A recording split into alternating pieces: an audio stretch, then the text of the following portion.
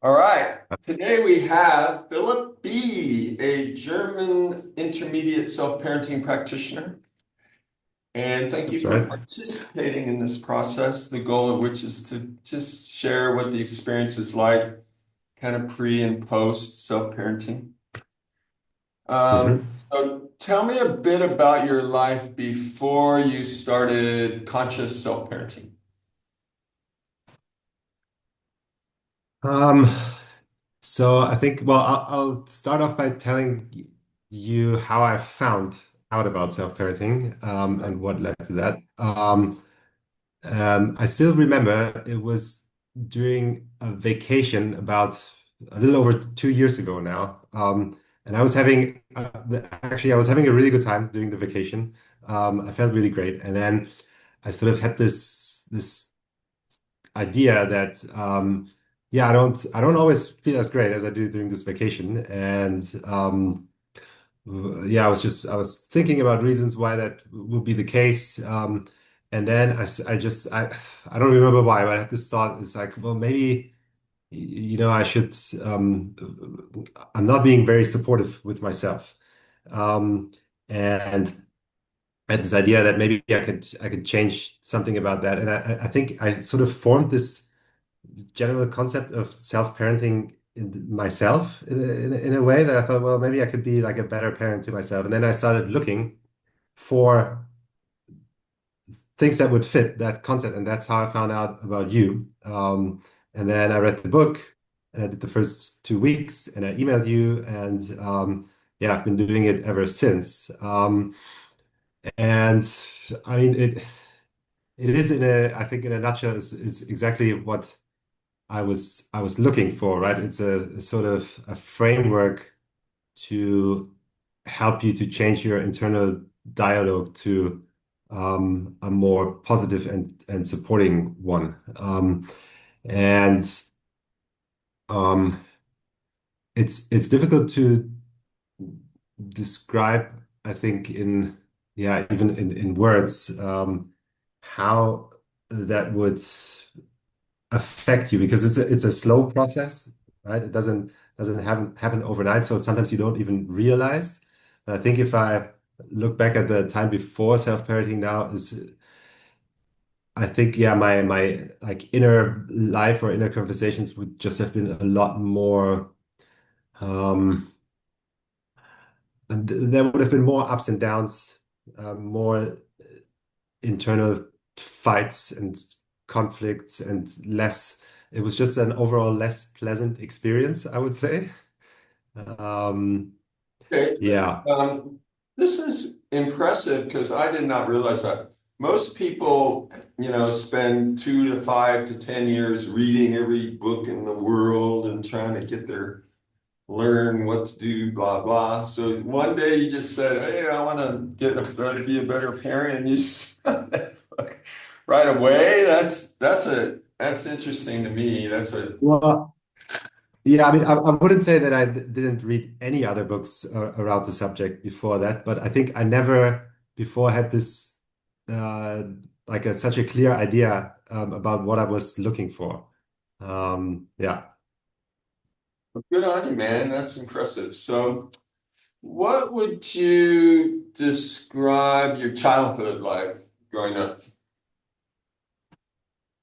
I think my childhood was pretty sheltered. So I grew up in like a smallish town in Germany that's it's very middle class town. There are no, let's say, rough places or anything like this. I grew up in a big house. We always had like a lot of space. We could play outside. Um, and yeah, I would say that I was like always very well cared for in terms of all the like material things and everything like this. Um, but yeah, if there, I, I think I struggled a long time with sort of that, with the things that my parents taught me. I think in many ways were not really very useful for me in that they weren't like a good fit for my personality.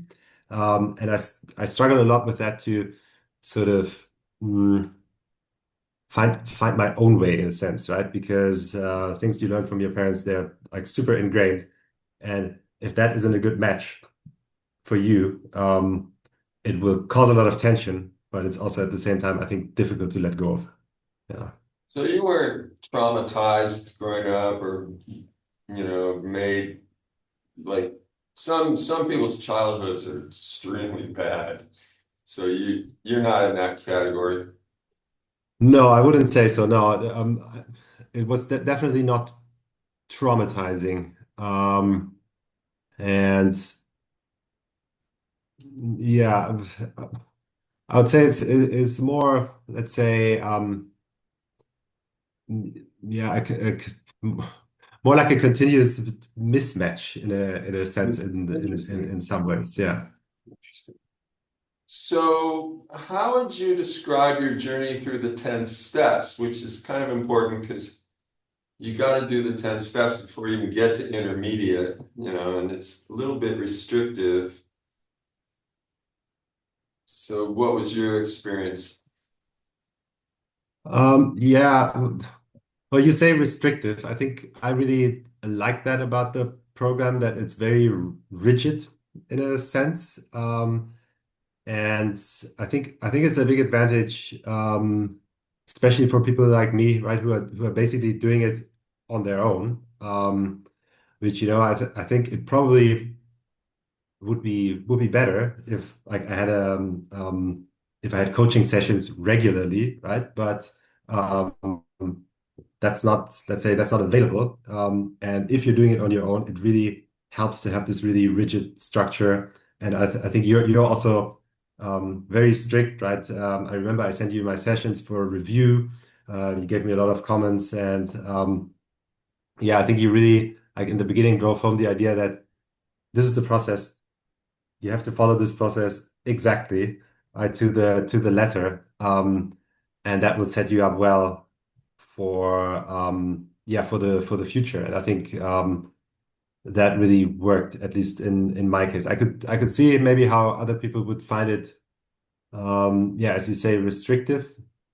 And I'm sometimes uh, have that feeling more and more now as I'm getting more advanced. That I'm sort of, yeah, I think I sometimes tell you as well that I'm generating more and more ideas. Oh, I would like to try this and I would like to try that, and sort of break out of that framework a little bit. But yeah, so far my experience with it has been that it's really helpful to follow the process that you created. Just for the record, the restrictive part is on the inner parent, right? The trick of the 10 steps is to train the inner parent how to just listen, which has never happened before, and let the inner child be who it wants to be, which has never happened before. And that's, it's a 3 month, 6 month deal. And it takes, little tiny little steps. The thing that I thought you were maybe least good about was inner conflicts. Does that sound right? How many have you done Yes. now? How many have I done? More than 20, I would say. Yeah, But so do you get it now that how it works and you can make it happen and it's, just like that once you realize? yes, I get it, and I also think I have many or fewer of them that yeah, I used to have. Now I can't even really remember when I had the last one. I think it's sort of, I think now you've probably, well, I'm not sure if it's that you now solve them faster and almost automatically, or that they don't really arise. But yeah, all I can say is Combination. that I don't have them as much anymore. Yeah. That's impressive, and that is the mark of an intermediate. Intermediate practitioner has no more inner conflicts because they just get resolved. They come up, but they get resolved. I had one Yeah, last week, yeah. I mean, And they're um, not as sorry, they're not as um what's the word? Like there's not that much inner drama anymore, right? In the past, like a conflict would have affected me much more. And now, yeah, sure, I still get them, but they're not even like much of a problem. Let's put it that way. Yeah. And we use a German word, Sturm und Drang. Yeah, exactly. A little bit like this. Yeah. So I'm just curious, when you do it, you do a DTQ session every other day, right? Yeah. What does your inner child talk about? Anything general or how? Because that's a big part of it, right? Just letting your inner child give you feedback on your life every other day of a module. Yeah. Well, I think it changes a lot. So at the moment, with the module that I'm doing, I'm in a part where a lot of the, let's say, module questions are like about very practical aspects of my life. So I'm finding that now in the DTQ sessions, um, we talk more about, let's say, n not so practical things, more um, like emotional issues or abstract things. I think that that's also sort of my personality. I really like thinking about um, yeah, about very abstract and general things, and then I think the inner child just has some yeah, it's just free to talk about these things and to talk about things that it enjoys. So at the moment, I think my inner child really prefers the DTQ sessions over the module sessions, which is not always the case. It really changes. Yeah.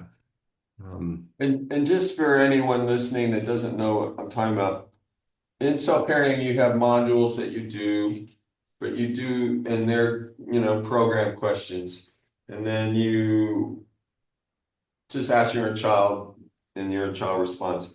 And then on the next day, you just say, inner child, what do you want to talk about? And it just tells you, and you do that. So it's that yin and yang of inner parent learning, inner child responding that builds everything up, and you don't even know it's happening, right? It's all happening underneath. And then one day something happens, and you go, "Ooh," and you just work it out, and it's not an issue. And that's the yeah. magic. That's the magic. And, and, and maybe going back to your original question. So for example, it would be at the moment I'm listening a lot to like podcasts about psychology, and then I think about like certain ideas, and then often during the DTQ session, my inner child would say, "Hey, we heard this idea yesterday. I thought this was really interesting. Can we talk about a little bit about this and how it applies to our own life?" And so it just yeah, that's things like this, but it doesn't have to be, you know, it could also it's really just whatever pops in my mind. Um, so it could yeah, could be anything. And I'm trying not to sort of make a plan, which is quite difficult. Sometimes, you know, I will have like an idea, oh, I want to talk about this in the DGQ session, and then I really have to like force myself not to basically take over, right? And just really wait for whatever comes up in the moment. Yeah. Yeah, you can, because you're an intermediate, you have those dialogue templates, and you can pick one if you want to. Let's say you want to have a conversation about something. You pick a template, practice it, and then you get feedback. So right now you're at 2 years, 1 month, and 15 days. So Yeah. that's an impressive amount of time. Do you have any thoughts? I think we'll end pretty soon, just for fun. And then, do you have any thoughts on your journey or somebody else, something they need to know or whatever, like just at this stage of your self-parenting career? You have any thoughts about my own journey, like in the future, you mean? Or Well, just the idea of, what if you had to sum up 2 years of self-parenting, what were you like before? What do you feel like you are now? How do you see it in the future? Just general anything that might help somebody who doesn't even know what self-parenting is. Yeah, I definitely, I would say I feel much less conflicted, um, much more calm. I think I said this in the beginning. I think it's sort of my inner space has just become a more pleasant space, Beautiful. um, which is like a great thing to happen, right? It's not, um, yeah, it's difficult to put into words because I don't really feel necessarily like I've become a different person or anything like this.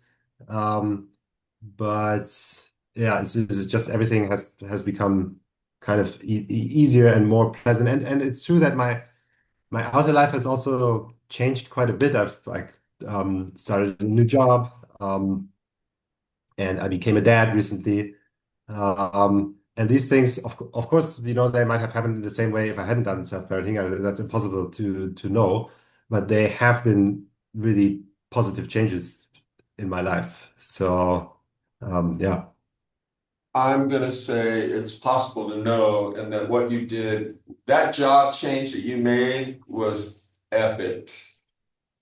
That was impressive, and you would never have done that without self-parenting, in my opinion. You would have stayed whatever you were doing. I don't even know what you were doing before. It was so, messy. yeah, But I was you really pulled stuck. yourself Yeah, out that's true. really well, and I was just like, whoa. So good. Congratulations to you to do that. That Oh, thank you. that was impressive. And being a new dad, this is, you're gonna get deeper in there now because you're gonna start hearing your old parenting and what you're saying, and you're gonna see your real child react to what you just said. It's gonna be a very strong, open situation for both you and your child. Just you're gonna be conscious now, right? Instead of just Yeah, I agree. And I think you said this as well, that self-parenting is a great preparation for being an actual parent, right? And I completely agree with that. And it really, I think, sensitizes you to, yeah, to these issues and to be mindful of your effects on your children, right? And also, I think as part of sort of the self-parenting program, you gave me a lot of good suggestions for books to read, right, that I think will be really, really helpful with this as well. Yeah. So thank you. I'm thanking you very much for this little chat, and I'll just say goodbye on the recording and hang around for a little while. Sure.